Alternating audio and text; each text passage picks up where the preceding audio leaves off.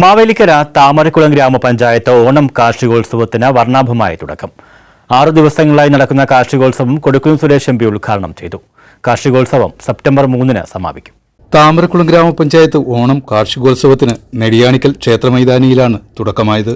6 ദിവസങ്ങളിലായി നടക്കുന്ന കാർഷികോത്സവത്തിൽ 35ഓളം സ്റ്റാളുകളിൽ കാർഷികേതര പ്രദർശനവും വിപണനവും നടക്കും.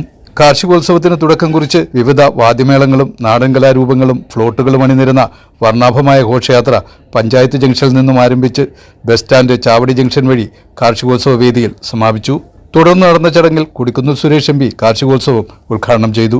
ഗ്രാമപഞ്ചായത്ത് സംഘടിപ്പിക്കുന്ന ഓണം കാർഷികോത്സവം 2025 അതിന്റെ തിരശ്ശീല വീഴുന്ന ഈ ഉദ്ഘാടന സമ്മേളനത്തിൽ പങ്കെടുക്കുവാനും ഇതിന്റെ ഔപചാരികമായ ഉദ്ഘാടനം നിർവഹിക്കുവാനും എന്നെ ക്ഷണിച്ചത് ആദ്യമേ തന്നെ ഞാൻ നന്ദി.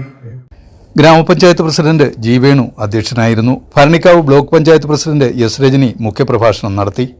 നമ്മുടെ സൂചിപ്പിച്ചതുപോലെ നമ്മുടെ കാർഷിക മേഖലയെ കൈപിടിച്ചുയർത്തുന്നതിന് വേണ്ടിയാണ് ഇങ്ങനെയുള്ള കാർഷികോത്സവമൊക്കെ സംഘടിപ്പിച്ചുകൊണ്ട് പോകുന്നത്. കർഷകരെ പ്രോത്സാഹിപ്പിച്ചുകൊണ്ട് അവർക്ക് എങ്ങനെ അവരുടെ കാർഷികോത്പന്നത്തിന് നല്ല വില ലഭിക്കാം എന്നുള്ള ആ ഒരു കണക്കുകൂട്ടലിന്റെ ഭാഗമായിട്ട് ഇങ്ങനെയുള്ള മേളകളൊക്കെ സംഘടിപ്പിച്ചുകൊണ്ട് അവരുടെ ഉൽപ്പന്നങ്ങളൊക്കെ വിറ്റഴിക്കുന്നതിനുള്ള ആ ഒരു സാഹചര്യം ഒരുക്കിയാണ്.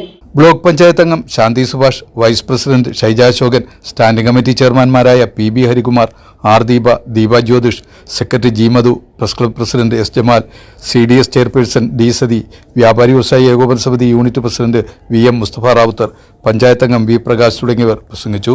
തുടർന്ന് കലാപരിപാടികളും നടന്നു. സെപ്റ്റംബർ 3-ന് കാർഷികോത്സവം സമാപിക്കും.